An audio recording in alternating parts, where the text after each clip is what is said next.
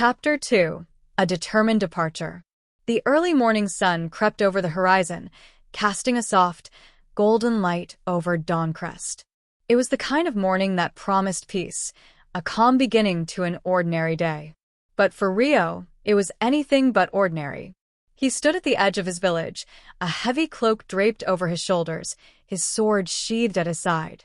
The scroll containing the prophecy was safely tucked away in his pack, yet he could feel its weight as if it were carved from stone. He turned to face the familiar sight of his home one last time. Small houses with thatched roofs huddled close to the village center, smoke rising from the chimneys as villagers began their morning routines. A pang of nostalgia tugged at his chest, but he knew he couldn't stay. The responsibility that lay ahead was far greater than the comforts of home. His mother had tried to talk him out of it the night before, her face pale as she pleaded with him to stay, to let someone else take up the call. But he had seen the understanding in her eyes, the acceptance of a truth they both knew but dared not speak aloud. This was his fate, his purpose. She had eventually fallen silent, a bittersweet smile gracing her lips as she hugged him one last time. Now, as he turned away from the only life he'd ever known, he felt a mixture of fear and excitement surging within him. He didn't know what awaited him on the road, but he was prepared to face it no matter the cost. Rio's. The voice was familiar, and Rio paused, glancing over his shoulder to see a tall, broad-shouldered figure approaching him.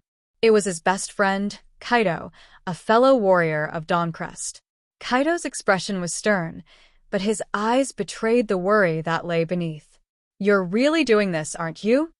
Kaido asked, his voice gruff. Rio nodded, clenching his fists. "I have to. There's something coming, something that threatens all of us. If I don't go, if I don't find the others, then everything we know could be lost." Kaido sighed, crossing his arms. "You've always been the stubborn one." He paused, his gaze softening.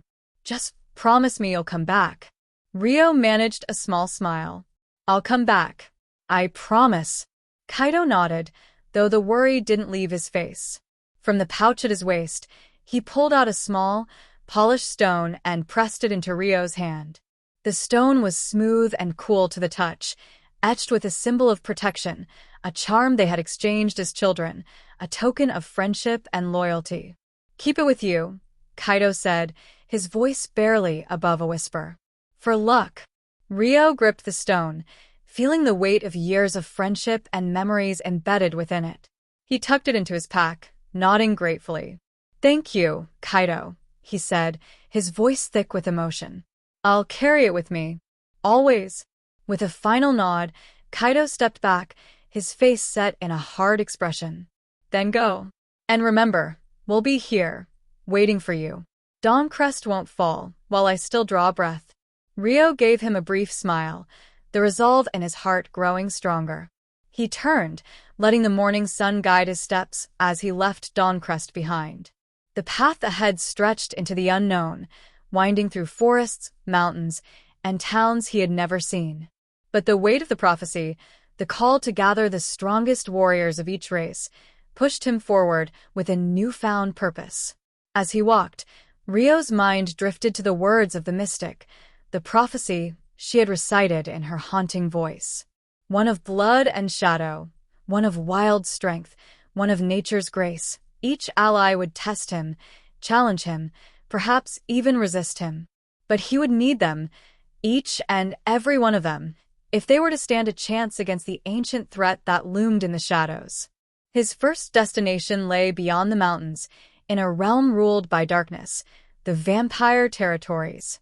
He had heard of Alaris, a vampire whose power was said to rival that of the greatest warriors. If he could convince her to join him, he would be one step closer to forming the team he needed.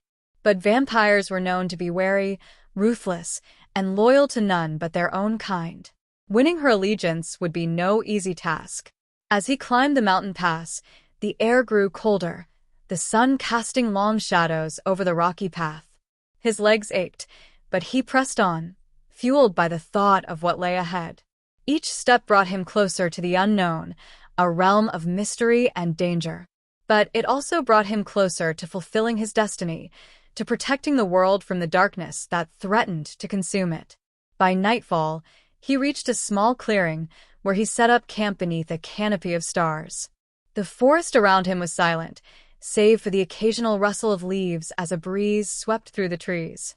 He stared up at the stars, clutching the stone charm Kaido had given him, feeling its reassuring weight in his hand. A part of him felt the sting of fear, the uncertainty of what lay ahead. But he knew he couldn't turn back now. The world depended on him, on his ability to unite the strongest of each race. He closed his eyes, letting the weight of his mission settle over him, his mind drifting as he listened to the sounds of the night. Tomorrow, he would reach the vampire territory. Tomorrow, he would begin the first of many tests. And with each test, he would grow stronger, wiser, until he was ready to face whatever darkness lay at the heart of the prophecy. With a final glance at the stars, Rio lay back, letting sleep claim him.